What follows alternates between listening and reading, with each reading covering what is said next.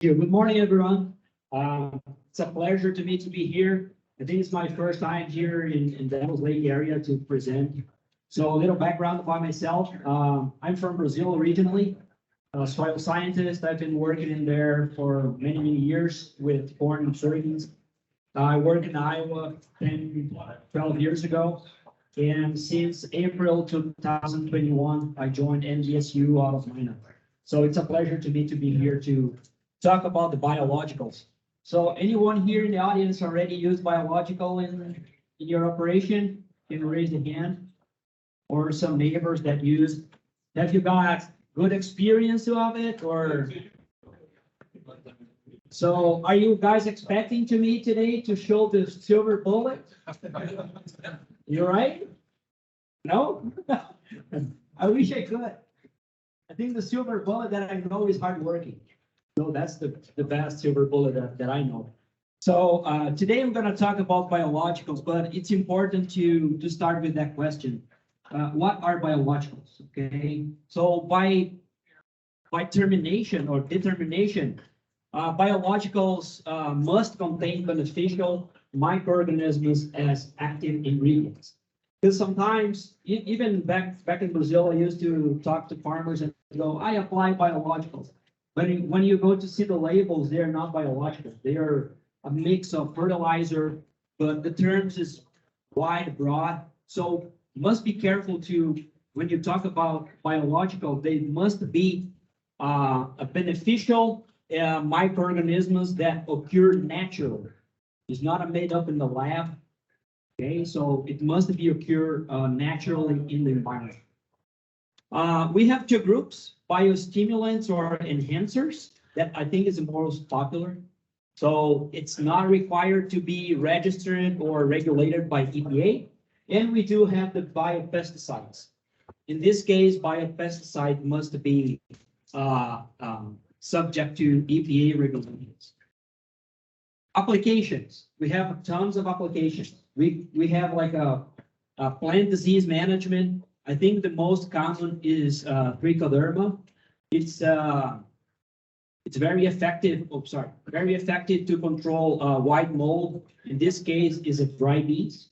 So I've seen this working for sclerotinia on soybeans, on cotton, and it's very effective. Okay, most of the farmers out of Brazil, they produce this trichoderma in bioreactors at the farm. We can use it to control insects. So microorganisms that are pathogenic for insects. I think this is a very common example. It's baculovirus for velvet bean caterpillar.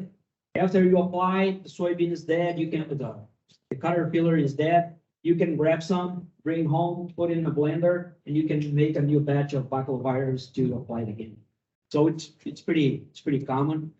And we have the nutrient management. I think the most common example for nutrient management is rhizobium for soybeans and beans and other legumes. Okay. And we have weed management. Okay. What about we found something to control water hand, kochia, or no, just kidding. But for weed management, the biologicals as options are very broad. So we have all forms of organisms that can suppress weeds, even birds. Okay. This is just one example that I found at the Weed Society of America, a booklet about a bacteria to control Canada thistle. I don't know the name of bacteria, but they claim that it exists. So I think there's a company out of Minnesota. They produce this bacteria to control Canada thistle. I never tested by myself, so it's just an example that I brought. So my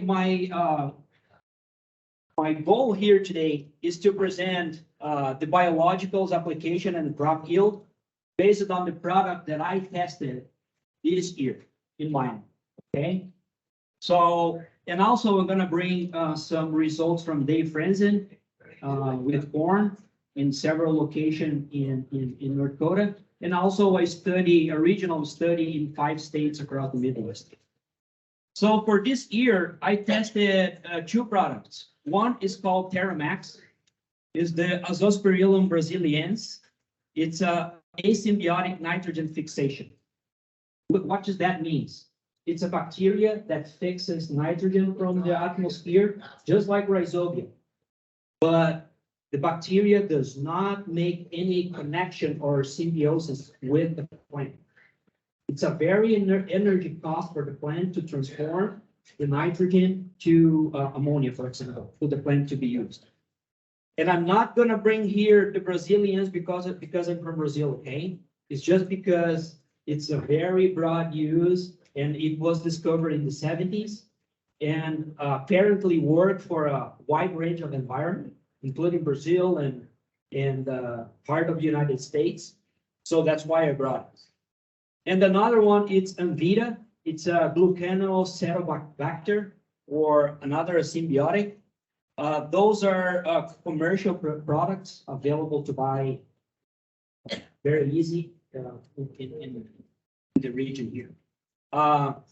This bacteria was also selected from a sugarcane out of Brazil. And some results have demonstrated that works over here too, in the United States and the Midwest. The crops that I tested was wheat, canola, soybeans, and corn. Okay? And here are the protocols that I use for wheat using Terramax. Okay? I'm going to present the protocol and the result that I found. I think it's more easy for us to catch up because there's a bunch of data to show. For Terramax, we use two treatments, 100% of nitrogen and 75% of nitrogen. Why I use 100% instead of the dose? I use 150 pounds, I guess, if I don't remember. But I typically do in terms of percent because nitrogen rates vary across the field, you know? So, and most of the research with asymbiotic nitrogen, they claim that you can reduce 25% of the nitrogen rate, apply the bacteria, and you still can get a good yield. So based on the nitrogen price, if you can reduce 25% of the nitrogen, applying a bacteria, which will cost like a 1.5 to 3 bushels an acre, you can make a very good deal by reducing nitrogen and keeping the same yield, applying a bacteria, okay? That's why I have 100% and 75. Treatment 3 and 4, we kept the same nitrogen rates, but we put seed inoculation with Terramax. And treatment 6 and 5, instead of seed inoculation, we took the seed inoculation doses, we double it, and we apply at 3-leaf stage by spraying. Why spraying? Because all those bacteria are very sensitive to chemicals for seed treatment. So that's why I decided to test spraying. What we found, basically, we got no difference, statistical difference. Look at here, we need to have at least 7 bushels difference in yield to get statistical results. 69 to 64, basically the same yield, no statistical difference. When we applied seed inoculation, we got the same 67 and 64. When we applied on leaf, we got 67 and 64 bushels an acre of leaf. If you look at here, 100% nitrogen, no matter what I applied seed inoculation or leaf spray, the yields are pretty much the same. Okay, no difference. And if you look at the 75% nitrogen, I got 64. The yield was a little reduced, but no statistical difference. So I didn't find the silver bullet for wheat. Let's continue. Test weight and protein, no difference as well. Okay, the same tendency of the yield. And then I tried Anvita for wheat. So 4 treatments, 100% of nitrogen. Anvita, they don't recommend you to reduce nitrogen. You need to keep your nitrogen rate and just apply the product. And they claim the product will improve the nitrogen use efficiency by the crop. And then I applied Envita 3 to 5 leaves or rosette stage at flag stage. Oh, rosette, sorry, we're talking about wheat. 3 to 5 leaves, Envita flag, and Envita flowering. Again, 100% nitrogen, I got 60 bushels an acre. When I applied Envita to 3 to 5 leaf stage, 60 bushels. Envita flag, 60 bushels. Envita flowering, 61. So no silver bullet for wheat again. Okay. Test weight and protein the same tendency. For canola, I tested only Envita for canola because Terra Max is not recommended for canola. So I decided not to test a product that is not recommended for the crop. So 3 treatments, we got 100% of nitrogen. I applied Envita at the 4 leaf stage or rosette stage, and Envita at leaf stage plus flowering. Okay, 2,000 bushels pounds an acre for 100%. When we applied Envita at the 4 leaf stage, no changes, and Envita 4 leaf stage plus flowering, 2,176 pounds. So again, no increase in yield by using the biologicals. Okay, it's the same for oil. For soybeans, we tested Terra Max. Okay, one treatment was no inoculation. The second was untreated without inoculation plus 100% nitrogen. It was a pretty expensive soybeans though. Yeah. 50% at planting and 50% at R2. I applied 300 pounds of nitrogen per acre. Okay, that's what soybeans demands. Okay, that's what soybeans demands. That's why inoculation is very, very important and save you guys a lot of money. Okay. We had seed inoculated with rhizobium, which is the standard practice. Seed inoculated with rhizobium plus azospirillum. We call this as co-inoculation. Okay. Why put azospirillum in here? Azospirillum on soybeans acts like a growth promoter. There's a hormone, indole acetic acid, in the plant. This bacteria can increase the amount of this hormone, and this hormone can increase the root volume and change the root structure. This is the theory. In the reality, I never saw that, but this is the theory, okay? So what we found, low inoculation, 51 bushels an acre, which was pretty good, I believe, for mine. That's a very nice yield. 100% nitrogen, 54 bushels an acre. Rhizobium, 50 bushels an acre. And co-inoculation, rhizobium plus azospirillum, 50 bushels an acre. Again, no differences in yield.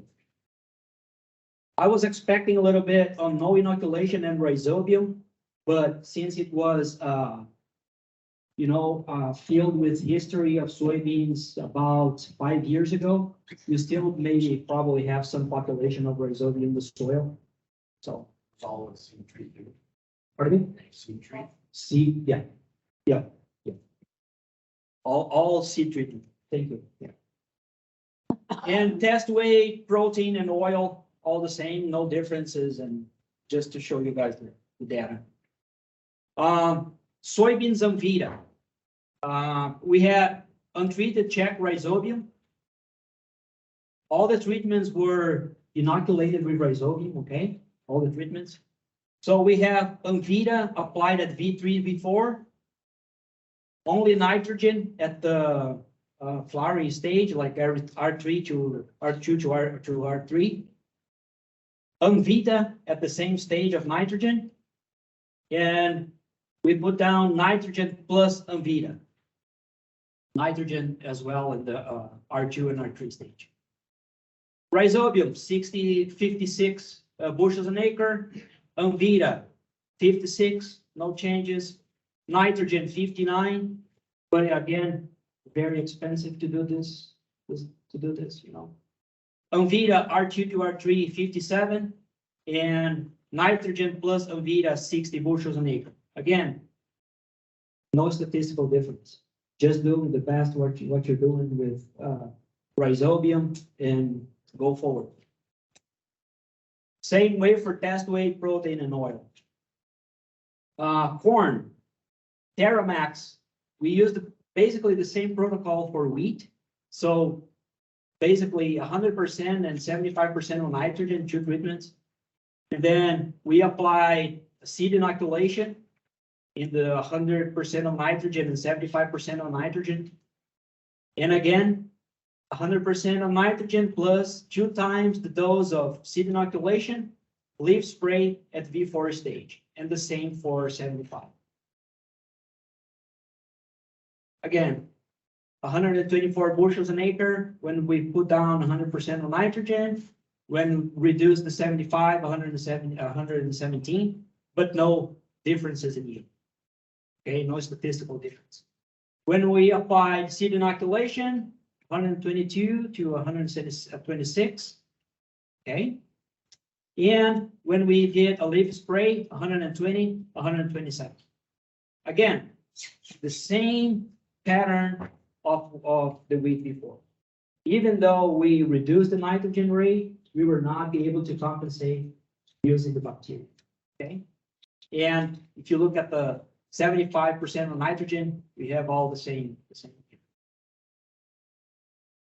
Test weight, the same tendency, okay? No difference. Anvita for corn, I just tested two simple treatments, 100% of nitrogen for both, and Anvita every 3 before.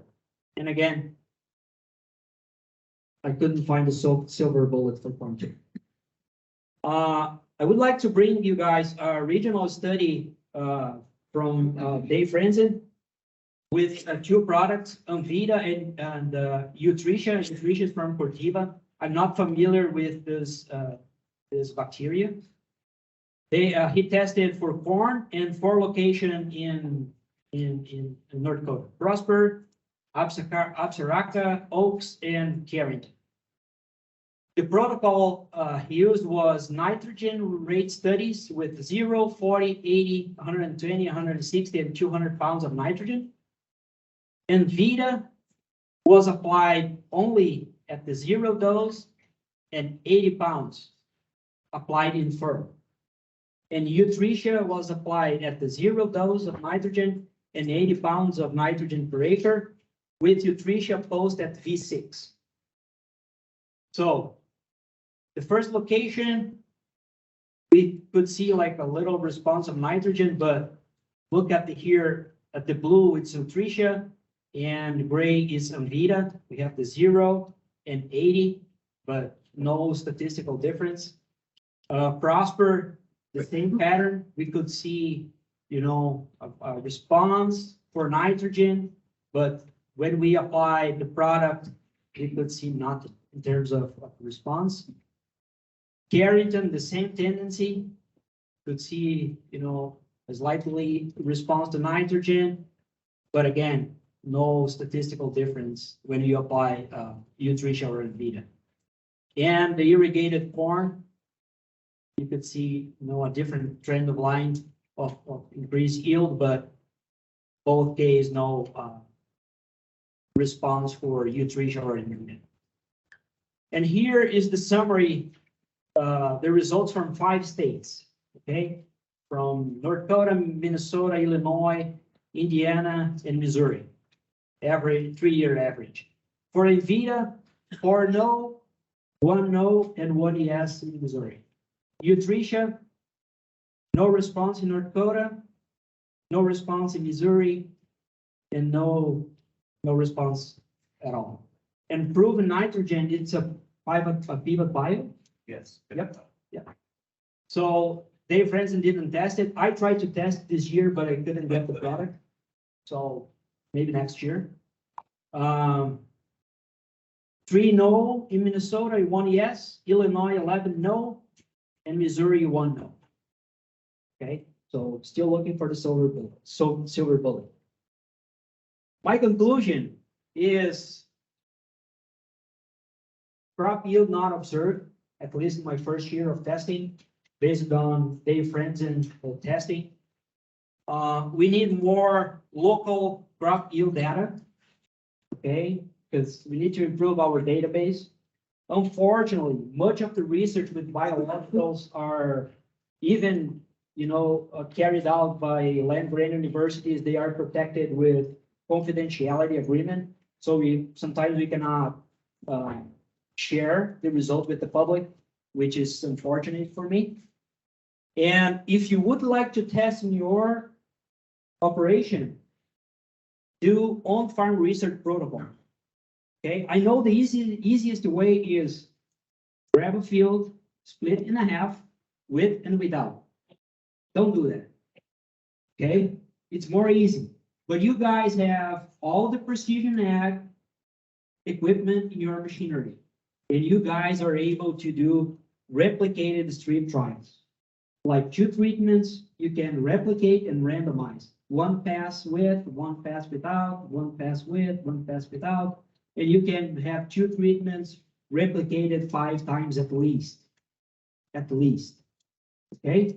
If you have questions on how to do that on farm research protocol, please reach us out. Okay? Because we are working on initiative about on-farm research network. So we are able to give you guys some advice on how to do that. I think we have some time for questions. I'm very happy to take them. Yep. How did that work on the white mold and soybeans? First, The white mold and soybeans? the white mold and soybeans. Yeah. So the trichoderma, it's a fungus. Okay, Is it available or? Is it- it's available. It's available, and you can just apply with your sprayer. Okay, and the fungus will attack the sprayer team. The fungus will kill the sprayer team. What if you put that trichoderma on the seed, will that help with that white mold? Yes, yes. Seed treatment as well. You can spray or you can take the seed. When is the best time to apply it? Trichoderma? I would say right at the beginning of the season. So if you can apply, for example, I mean, with the seeds? Couple pounds? it depends on the crop and the product that you have. Because depends on how much the population of the microorganisms in the batch. So it will change. Depends on the product. They're not. And you want it incorporated? Nope. Just spray it on. Just spray it on. Yeah. Okay. Michael Lunch in Carrington did a lot of work with that. Yes. He'd be the one to talk to, Yes. but I've never heard him be excited. Yeah. My background with trichoderma is from Brazil. Again, people do that in bioreactor at the farm, especially for cotton. Cotton required 30 application of pesticides every year. So they saved a lot of money with trichoderma, with especially for soybean. Yep. Did you do any nitrogen analysis post harvest to see if those are supposed to be nitrogen fixing bacteria? Yeah. That they actually were monitoring to see if they were actually adding nitrogen to soil. Yes. Professor Barney Getz, it's from NDSU. He's a microbiologist. He's working with Rhizobium, Azospirillum. So he's willing to go there and take oils from our trials. But I know they currently have been doing it. And you can see the asymbiotic, especially when you have like folding without room. And Barney, Professor Barney, he told me the same thing.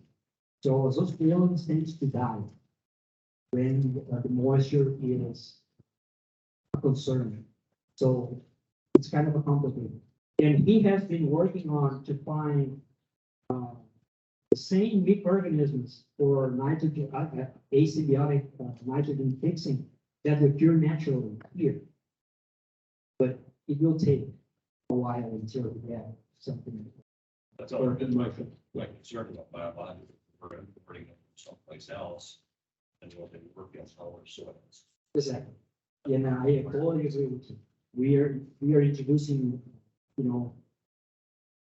foreign organism, and we don't know how they will act into the soil, the soil.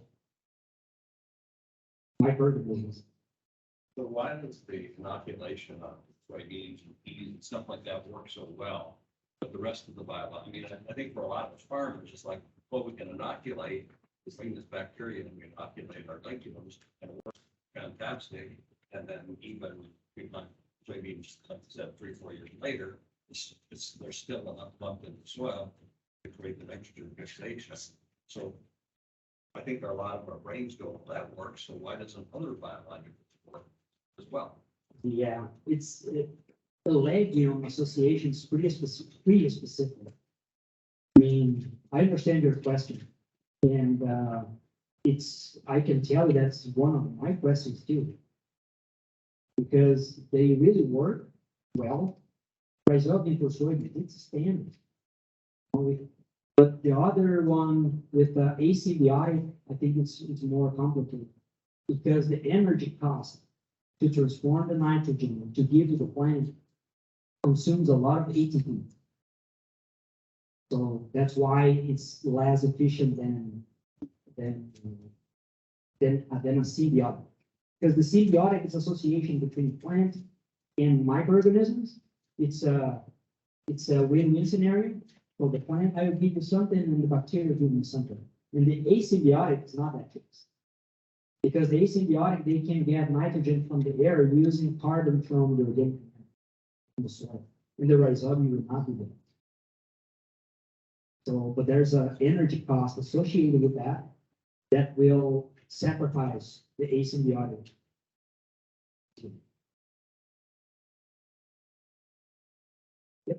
One question that we've had is the products that like you use or Dave used, they'll tell you 1 rate per acre.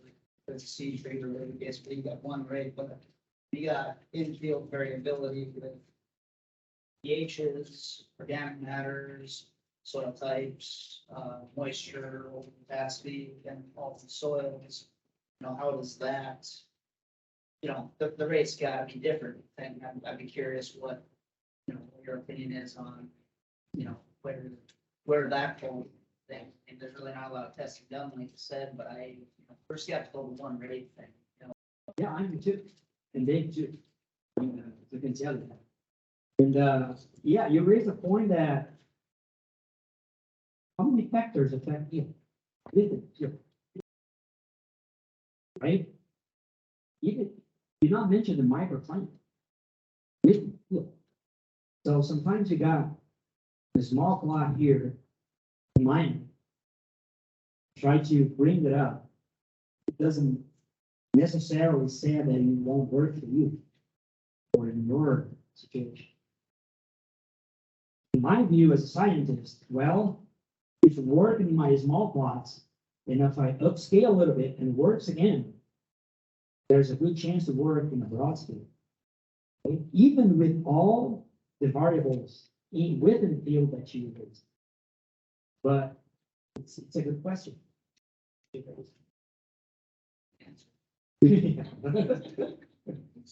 wish I could have this answer. If you were to spray it, what's the smallest tip you end up going? I mean, is there too small where the screen will eventually block the microorganism or not? I don't think so. Yeah, so I'm assuming you want to put it on a line tip or a line tip. Yeah. I guess drop. Yeah. I mean, is there a water rate? Should be- Well, I would say the regular for spray because they don't. When they produce a microorganisms to be applied, they try to fit what's the most common volume of water. Typically if they apply with herbicides, you can use the same way you apply this with the microorganisms together. Okay. I know we do back in Brazil. They do a lot of co-inoculation with azospirillum and rhizobium. Some of the farmers they apply the rhizobium and the azospirillum 30 days after planting with the round. There, different. Totally different. But I can tell you, all of the companies, they do something to fit in your operation. Okay, so do not change anything about gallons per acre of volume or tips or size of the operation. What was the maturity number on the soybeans you guys? To maturity. I'm used this year. I think it was 001. Okay. Did you think the maturity level would affect anything? No, no. Don't compromise anything with, try to get an early maturity or late maturity. It's like, this was 5 would. I use a little bit late. There's bullshit doesn't come plus, so. Leo, there's another question. Yeah, I had to use Liberty when I did. But it's a 001. And I got 60 bushels. I think it's pretty good for mine. Yeah. It's I planted one Saturday on May 28th. May 28th. Late, way late. Leo, there's another question for you. Yeah.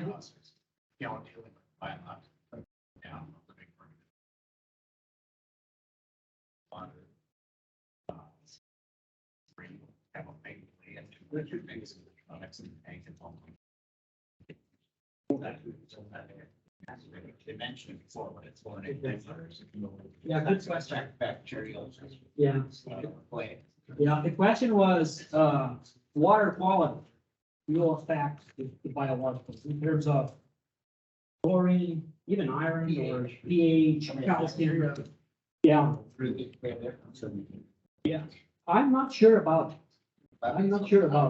yeah, Right up to $20 maybe. exactly.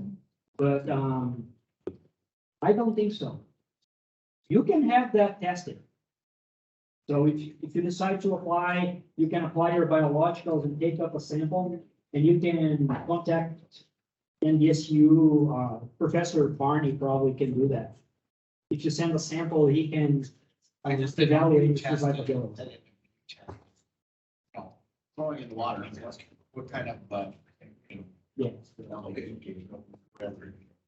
right. It's a good question. If you're on a public system for water, it would change that whether or not the chlorine changed because they would be washing the system or washing their screens. So it's not like it's a constant thing. You couldn't test your water once and just be done. Correct.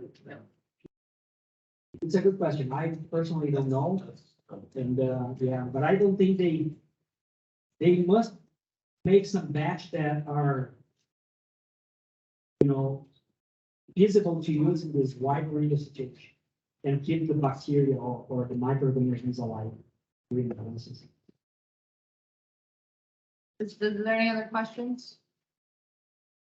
So sorry, guys, I didn't bring the silver bullet for you guys, but, I think you guys